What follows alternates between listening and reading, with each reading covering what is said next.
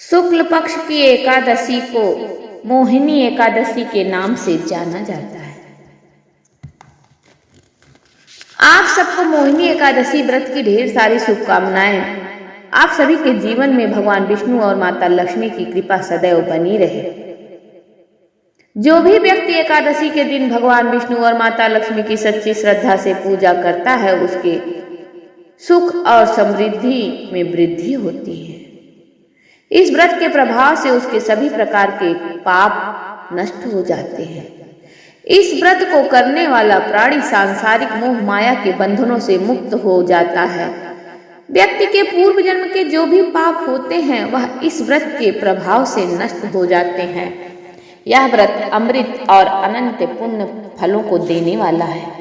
इसको करने से अनेकों गौदान का पूर्ण फल प्राप्त होता है।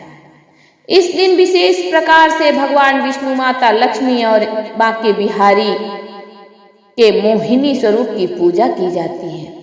वैशाख मास के शुक्ल पक्ष की एकादशी तिथि प्रारंभ समय 7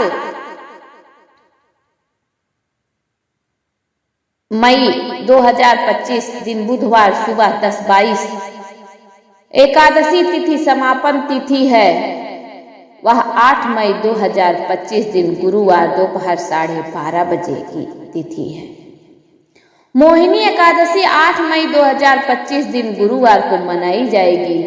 पारण के लिए कहा गया है कि पारण 9 मई को किया जाएगा। 9 मई को पारण का समय सुबह 5:34 से 8:16 तक का है।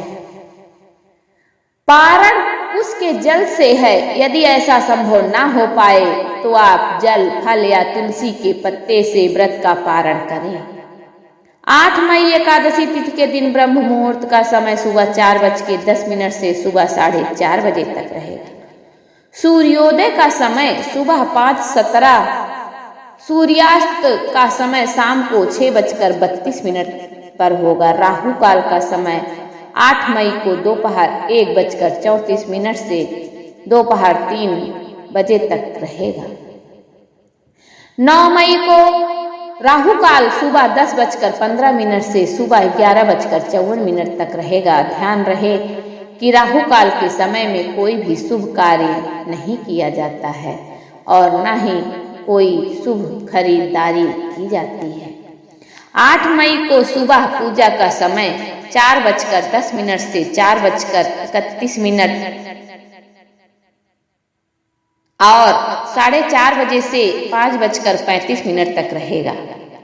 शुभ चौघड़िया मुहूर्त सुबह 5:17 से 6:56 तक होगा। शाम का शुभ चौघड़िया मुहूर्त 4:52 से रात्रि 9:13 तक रहेगा। अभिजीत मुहूर्त का समय सुबह 11:51 से दोपहर 12:45 तक रहेगा।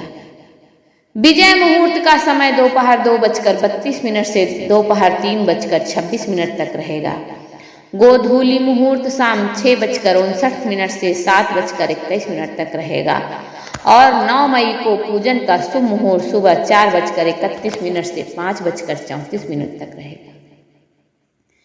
मोहिनी एकादशी के व्रत में भगवान का गंध, पुष्प, धूप, दीप आदि से पूजा करनी चाहिए। इस दिन विशेष करके भगवान को आम और खरबूजे का भोग लगाना चाहिए।